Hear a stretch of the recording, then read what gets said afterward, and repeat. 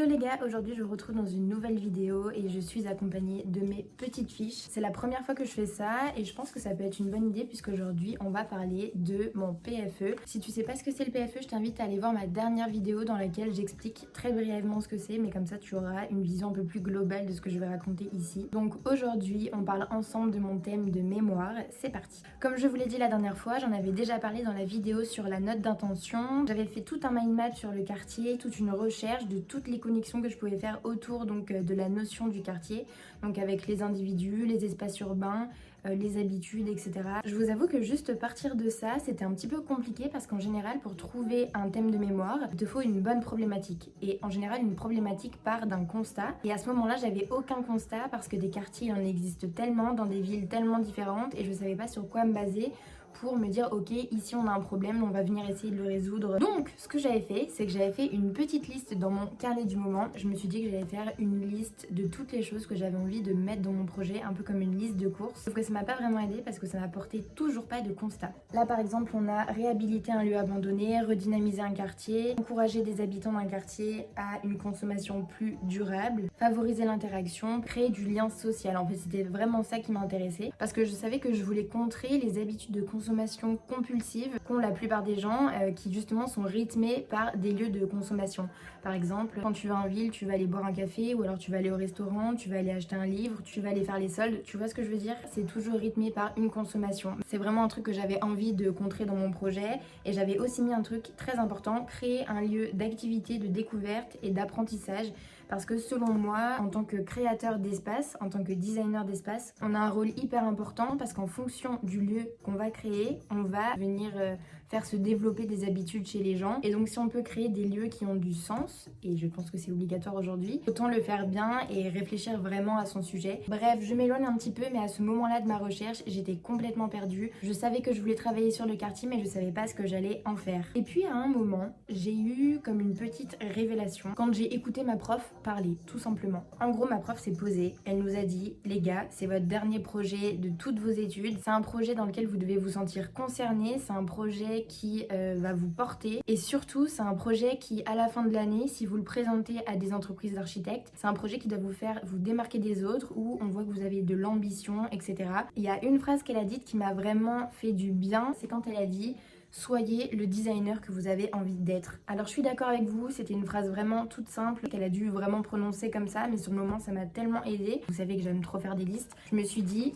quel designer est-ce que j'ai envie d'être avec mes valeurs, etc. Essaye d'incarner le designer que tu aimerais être un jour. Et donc à ce moment-là, je me suis dit que je voulais faire quelque chose qui aurait un réel impact dans le quartier dans lequel j'interviendrais, dans lequel je ferais mon projet, dans les sujets qui m'intéressaient et que j'avais peut-être envie de traiter. Il y avait la réhabilitation des lieux abandonnés. À ce moment-là, je croyais avoir trouvé ma problématique. Attendez, je vais la lire. Comment expliquer pourquoi en gros certaines archives fonctionnent et d'autres ne fonctionnent pas. On allait arriver à la grande notion d'abandon urbain. Je trouvais ça hyper intéressant de se dire ok, c'est vrai qu'aujourd'hui on construit des architectures, on construit des immeubles, mais finalement est-ce qu'on n'a pas déjà des bâtiments qui sont délaissés, abandonnés, qu'on pourrait revenir redynamiser, réexploiter et voilà, venir travailler sur plutôt l'existant plutôt que de continuer à construire toujours. À ce moment-là de mon avancée, je me dis je vais commencer à rechercher des bâtiments qu'on a délaissés. Tout de suite, j'ai pensé aux tiers-lieux qui sont pour la plupart faits dans des bâtiments qui ont été désaffectés, des usines, des hangars. Je commençais vraiment à réfléchir au sujet, à voir comment est-ce que je pouvais l'aborder. Et puis au bout de peut-être une semaine, je commence à me dire que en fait, ce sujet, cette problématique, ça me pose un peu problème. Plus j'avançais dans mes recherches et plus je me disais ok, la plupart du temps, les réhabilitations, ce sont des tiers-lieux. Par exemple, la Friche à Marseille, Darwin à Bordeaux, j'avais pris la Cité Fertile à Paris, j'avais pris les Halles de la Cartoucherie à Toulouse, c'est situé dans un écoquartier, etc. Donc bref, disons que j'avais peur de me perdre dans la facilité du tiers-lieu et de me dire ok, mais en fait c'est trop évident de venir travailler sur ce genre de lieux qui sont vachement en vogue en ce moment. Le thème de mon sujet de mémoire, c'était donc l'abandon urbain. Et il faut savoir qu'à ce moment-là, dans ma classe, il y a une fille qui travaille sur les interstices urbains. Ça va être tous les lieux qui sont un petit peu délaissés et qui souvent sont entre deux constructions. Le lieu n'est juste tout simplement pas exploité et donc bah voilà, ça crée comme un petit trou urbain, une petite zone livrée à elle-même. La différence entre les deux sujets, c'est que moi, évidemment, je traitais des bâtiments abandonnés, clairement, et elle, c'était les interstices, donc tout ce qu'il va y avoir entre les bâtiments. Sur le moment, c'est vrai que c'était un petit peu difficile de se dire que peut-être on allait travailler sur des notions similaires. Moi, à ce moment-là, c'est vrai que je suis en pleine interrogation sur mon sujet. Je me demande si ça va le faire, je me demande comment est-ce que je vais le faire si jamais je le garde. Mais sur le moment, j'ai rien de mieux à proposer. J'arrive pas à ouvrir mes chakras de designer jusqu'au moment où j'ai une discussion avec un de mes profs. Et donc, bon bah voilà, je lui explique où j'en suis. Je lui parle des tiers-lieux que je suis en train d'analyser. Et puis au fil de la discussion, je vous ai un petit peu déplacé. Je sais pas si vous me voyez mieux. La lumière est en train de s'échapper.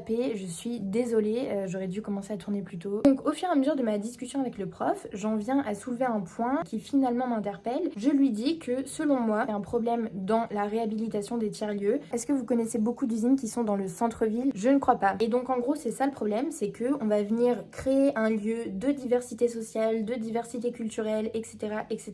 Et un petit café, une librairie, un atelier peinture ou je sais pas quoi. Pour moi, la problématique principale de ces lieux, c'est pas en soi la réhabilitation parce que, ok, que ça soit des lieux de consommation ou non, en tout cas ça a le mérite d'exister. Mais le problème pour moi c'est que c'est toujours trop loin du centre. Et à ce moment-là, mon prof réfléchit 2 secondes, il me regarde et il me parle de ce livre-là, Droit de cité, Carlos Moreno. Et en fait ça s'appelle Droit de cité, de la ville du monde à la ville du quart d'heure. Et en fait c'est un livre qui est hyper intéressant, que donc j'ai acheté, que j'ai commencé à analyser. Et dont je me sers évidemment dans mon mémoire puisque à partir de ce moment-là, ça a été vraiment un moment clé. Qu'est-ce que c'est que cette ville du quart d'heure? Le principe de la ville du quart d'heure, c'est que tout doit être accessible à environ 15 minutes à pied. Entre-temps, j'ai évidemment commencé la lecture du livre. Le plus surprenant pour moi, ça a été quand j'ai découvert qu'il parlait de notions qui sont littéralement en grande partie de mon plan de mémoire. Donc ça veut dire que je suis vraiment raccord avec en fait tout ce qu'il pense. Après vous voyez il est loin d'être fini, hein. Tout ce qui est en blanc, tout ce qui est pas annoté, c'est que je l'ai pas encore lu. Mais voilà, en tout cas j'étais hyper contente de me dire ok, je vais pouvoir me référer à un auteur. Carlos Moreno, lui il est chercheur et expert en urbanisme. Et il est donc le créateur du concept de la ville du quart d'heure, connu et reconnu mondialement. Donc c'est-à-dire qu'au-delà d'être ambitieux, son principe de ville du quart d'heure, c'est quelque chose qui est déjà en application dans certains pays et c'est pour ça que j'ai hâte de continuer la lecture. Donc en gros, pourquoi est-ce que je vous parle autant de ce livre? C'est parce que c'est le livre dont j'avais besoin pour vraiment encore plus m'ouvrir les yeux. Et c'est là où tu te rends compte que quelquefois, tu pars de loin, vraiment tu pars de très loin, t'es là avec ta toute petite notion de quartier et on va te mettre des choses sur ton passage qui vont te faire être attentif, qui vont te faire te poser des questions. Ce que j'essaye de vous dire, c'est que quelquefois, même si on a l'impression qu'on galère un petit peu et qu'on fait du surplace, en fait on avance toujours, juste on avance à son rythme et tout vient à point à qui c'est attendre. J'adore cette expression parce que je trouve que c'est souvent très vrai. Et d'ailleurs mon alternance en est la preuve. J'ai signé mon contrat d'alternance 6 jours avant la date limite. Donc surtout si vous êtes dans la galère pour un devoir, pour quelque chose de personnel, professionnel, ne perdez pas espoir et juste allez-y. En tout cas pour terminer sur cet ouvrage, c'est un livre qui est hyper passionnant, qui se lit vraiment vite et qui vient questionner beaucoup d'enjeux actuels. Et ça vient surtout questionner notre façon très occidentale d'occuper et d'habiter les villes en général. Je vais vous lire une petite citation que j'ai surlignée. L'expérience d'être dans une ville consiste à vivre à l'intérieur de ses complexités plutôt que de chercher à s'en échapper. Donc voilà, cet ouvrage Droit de cité de Carlos Moreno, je vous invite fortement à l'acheter, à le lire. Peut-être que vous l'aurez terminé avant moi, qui sait. Pour moi, ça va vraiment être un refuge d'idées pour mon mémoire. Ah bon? Il y a encore un bug de musique. C'est pas une blague, je viens de prendre la télécommande pour remettre sur play parce que là, j'ai mis sur stop tout seul play comme de par hasard et en plus ça remet depuis le début. Donc voilà, je sais plus trop où est-ce que j'en étais, mais je pense que cette vidéo se fera en plusieurs parties. Mon but, c'est pas de vous perdre dans une vidéo de 45 minutes. En tout cas, pour l'instant, vous avez une petite globalité de mon début de pensée. Et avec ce livre, on est clairement dans ce que je vais aborder dans mon mémoire. Peut-être qu'en commentaire, vous pouvez essayer de deviner le nom de mon thème général. En tout cas, voilà, essayez de deviner les notions qui vont être importantes dans mon PFE. Je vous retrouve bientôt dans une nouvelle vidéo. En attendant, n'hésitez pas à liker, vous abonner, commenter. Et je vous fais des gros bisous. On est en dépression ou quoi?